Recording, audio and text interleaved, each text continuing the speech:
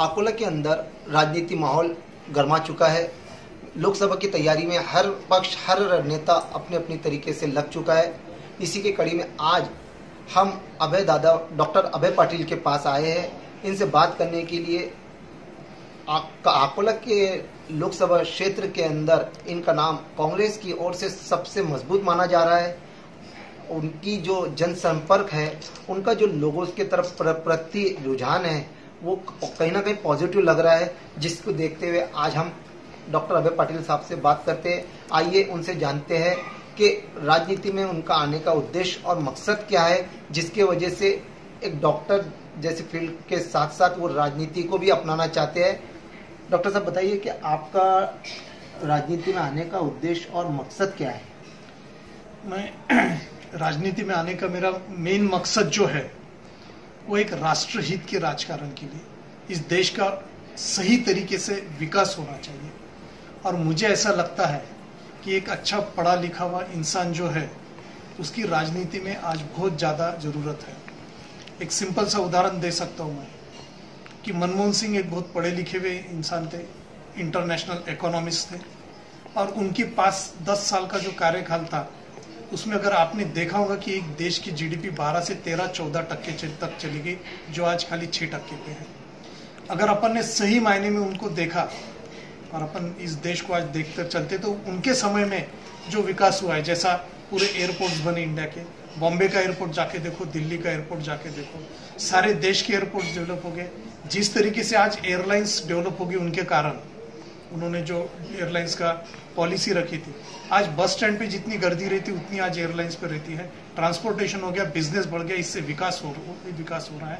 Simple सी कोंकण की railway है, कटरा की रेलवे है, जम्मू कश्मीर की रेलवे है, उस तरफ आसाम की तरफ की जो रेलवेज है, ये सब प्रोजेक्ट्स ऐसे ही आदमी से आज जो यहाँ पे प्रोजेक्ट्स चल रहे, बुलेट ट्रेन हो या मेट्रो के प्रोजेक्ट हो, इसका पूरा वर्किंग फाइनेंस सैंक्शनिंग जो है ये मनमोहन सिंह के टाइम पे हुआ।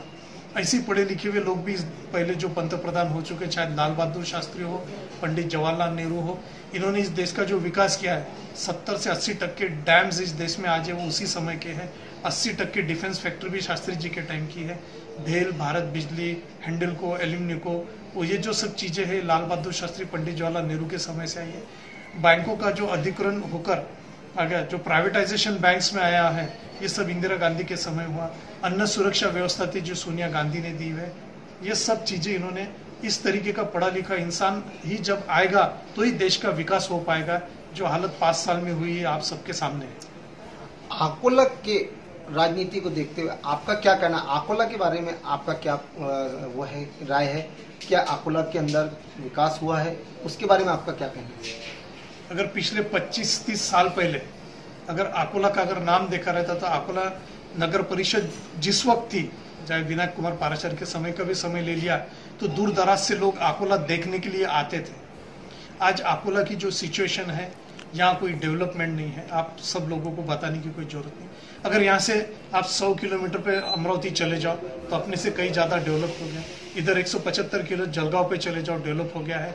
अपने से ज़्यादा तो अभी वाशिम में डेवलपमेंट हो रही है। यानी अकोला काफ़ी पीछे रह चुका है, उतनी डेवलपमेंट नहीं, यहाँ की MIDC उतनी डेवलप नहीं है, इंफ्रास्ट्रक्चर डेवलप नहीं है, कोई भी ऐसी बहुत अच्छी कोई प्रोजेक्ट अकोला में पिछले 30 साल में नहीं आया हुआ है।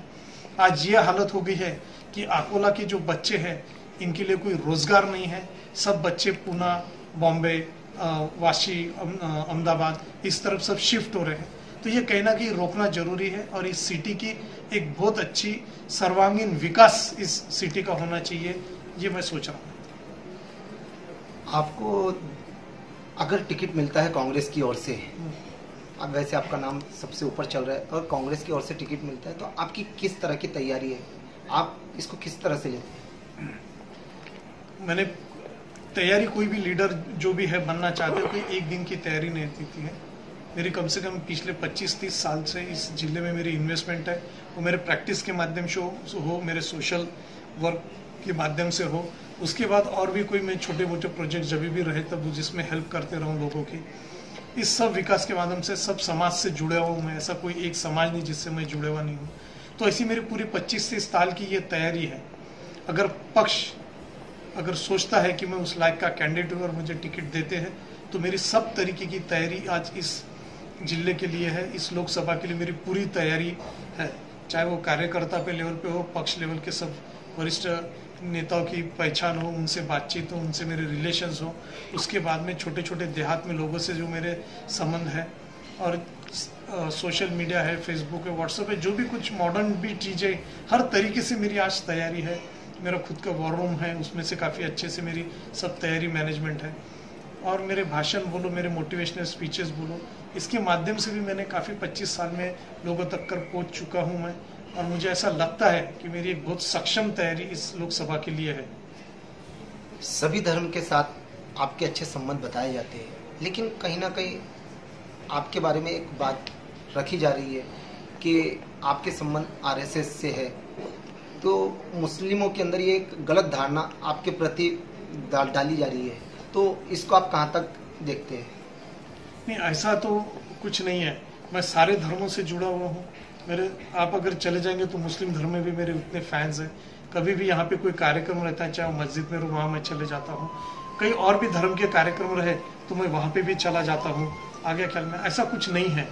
मेरे सीधी सीधी बात है कि मैं लोगों को कहता हूँ, मेरा कबीर जैसा है कि जाति न पूछो साधु की, पूछ लीजिए ज्ञान, मोल करो तलवार का, पड़े रहने दो म्यान। ये मेरी ये है कि मैं ज्ञानी आदमी हूँ, कोई भी धर्म का मुझे परे नहीं है।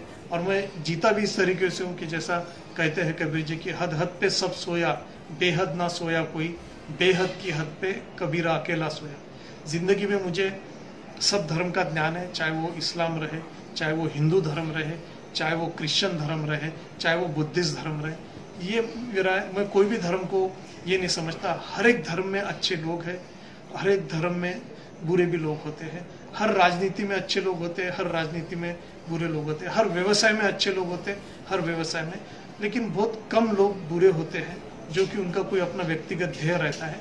उसके कारण ये ऐसी सब चीज़ें समाज में फैलाई जाती है। ये राजनीति इसके परे है। मैं नहीं समझता कि कोई ऐसा धर्म का आदमी होगा कि जो आज मेरे बारे में जानता नहीं हो या पहचानता नहीं हो, और वो भी अच्छे माध्यम से मुझे पहचानता है। ये थे हमारे साथ डॉक्टर अभय पाटिल, जिनकी स्थिति आज कांग्रेस के अंदर काफ़ी मजबूत मानी जा रही है। आगे देखना है कि आने वाले वक्त में क्या कांग्रेस इन पर पूरी तरह भरोसा जताती है, इन्हें आकोला से लोकसभा के लिए अपना कैंडिडेट बनकर उतारती है, या किसी और पर विश्वास कांग्रेस रखती है। ये तो आने वाला वक्त ही बताएगा। तब तक हमारे साथ बने रहे। हम आपको पल पल की खबर चुनाव की देते रहेंगे। देखते रहिए INN 24। मैं शाहिद इकबाल और मेरे साथ कैमरामैन अली मिर्जा।